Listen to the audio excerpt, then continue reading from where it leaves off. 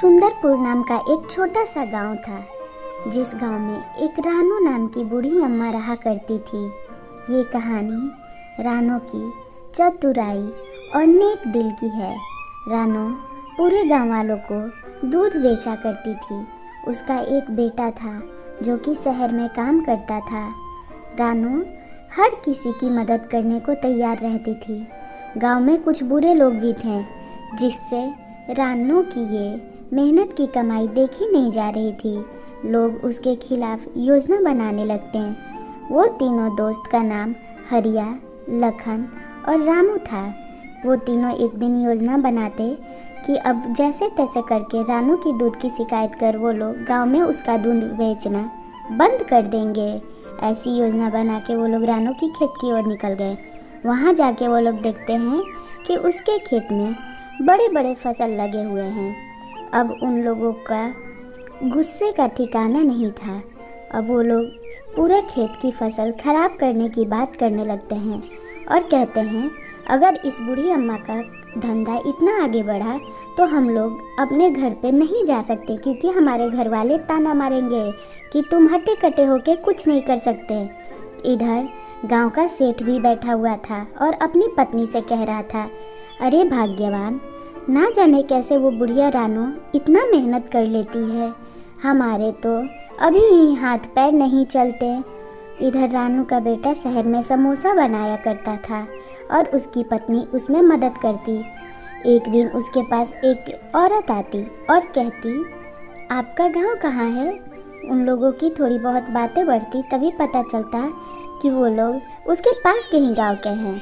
वो उसकी अम्मा से मिलने की बात करती और समोसा लेके वहाँ से निकल जाती। एक दिन गांव का सेठ अपने पिता के साथ जंगल की ओर से आ रहा था। तभी तेज़ बारिश होने के कारण वो वहीं रुक जाता और देखता कि बहुत सारी टुन्नी चिड़िया और कौवे एक साथ मिलजुल के एकता के साथ रह रहे हैं।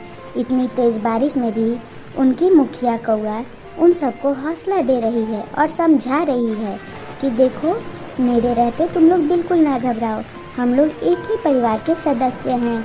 अगर हम एक पर कोई आफत आती है तो हम सबका जंगल में रहना मुश्किल हो जाएगा। एकता के साथ हम लोग अगर काम करें तो हर काम बहुत आसान होती है। ये सब सुनकर उस गांव की मुखिया को शर्म आने लगता कि जब पशु पक्षी में इतना प्यार है और एकता है तो हम इंसानों में क्यों नहीं? हम एक दूसरे को आगे बढ़ते नहीं देख सकते हैं, उल्टा हम लोग एक दूसरे से जलन की भावना रखते हैं। हमें ऐसी नहीं करनी चाहिए। अगर हम लोग एक दूसरे के साथ मिलजुल के रहें तो बहुत आगे बढ़ सकते हैं। इस भावना के साथ वो लोग वापस गांव की ओर लौट जाते हैं। इधर रानो अम्मा बहुत परेशान थी, क्योंकि चारों तरफ गांव में बारिश होने के कारण अंधेरा फैला हुआ था। और गांव की मुखिया के घर के पास जाती, वहाँ पर मुखिया जी की पत्नी बैठी थी। रानू अम्मा को झुझकारते हुए वो डांट लगाती और कहती, क्या हुआ बुढ़िया, तेरे सारे पैसे खत्म हो गए क्या, जो तू मेरे दरवाजे पे आ खड़ी हुई? रानो आंखों में आंसू लिए हुए कहती, देखो बेटा, मेरे बेटे से पिछले 2-3 दिनों से बात नहीं हुई है, उसका कोई पता नहीं है। थोड़ा जानकारी लगाओ कि मेरा बच्चा है कहाँ। मैं बहुत परेशान हूँ, मुझे पता करना है। मेरे यहाँ शादी है और मैं अपने बिना बच्चे के बताए हुए नहीं जा सकती। उसकी पत्नी उसे चिल्ला के डांट के भगा देती। इधर शहर में रानू का बेटा भी परेशान था और उदास था। वापस जब रानू सुबह में गांव में उठती तो पूरा गांव बहुत ही अच्छी तरह से दुल्हन की तरह सजाया हुआ था। ये सब नज़ारा देख रानू हैरान रह जाती और उसके पास शहर से वो औरत आई रहती है जो उसके बेटे के दुकान पर गई थी। मुखिया जी रानू के पूरे परिवार को अपने यहाँ शादी में इनवाइट करते हैं और सबसे कहते हैं कि आप लोग जमकर भोजन करना और बिना खाए कोई यहाँ से नहीं जाएगा। अब मेरे लिए गांव का छोटा से छोटा आदमी भी और बड़े से बड़ा आदमी भी एक समान है। मैं किसी में अब भेदभाव नहीं करना चाहता। मेरी आंखें खुल चुकी है। मैं पूरे गांव वालों को इकट्ठा करके सबको एक ही बात समझाना चाहता था कि हम में से कोई भी बड़ा या छोटा नहीं है। धरती पर आने के बाद हम लोगों ने एक दूसरे से बंटवारा कर लिया, धर्म जाति बना ली, नहीं तो हम सब एक समान हैं। गांव वाले मुखिया जी की इस बात की बहुत तारीफ करते हैं और उनकी भी आँख खुल जाती। अब से वो योजना बनाते हैं कि अब से मिलजुल के वो लोग एक दूसरे की मदद हमेशा करेंगे और किसी का कभी कुछ बुरा नहीं चाहेंगे।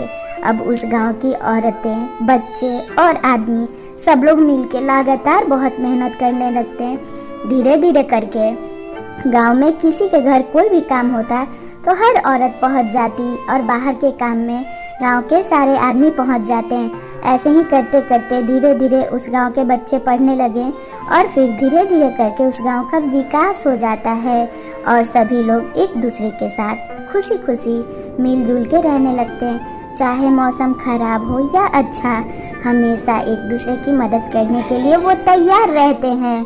ऐसी कहानी देखने के लिए चैनल सब्सक्राइब कर लें और वीडियो को एक लाइक ज़रूर कर दें।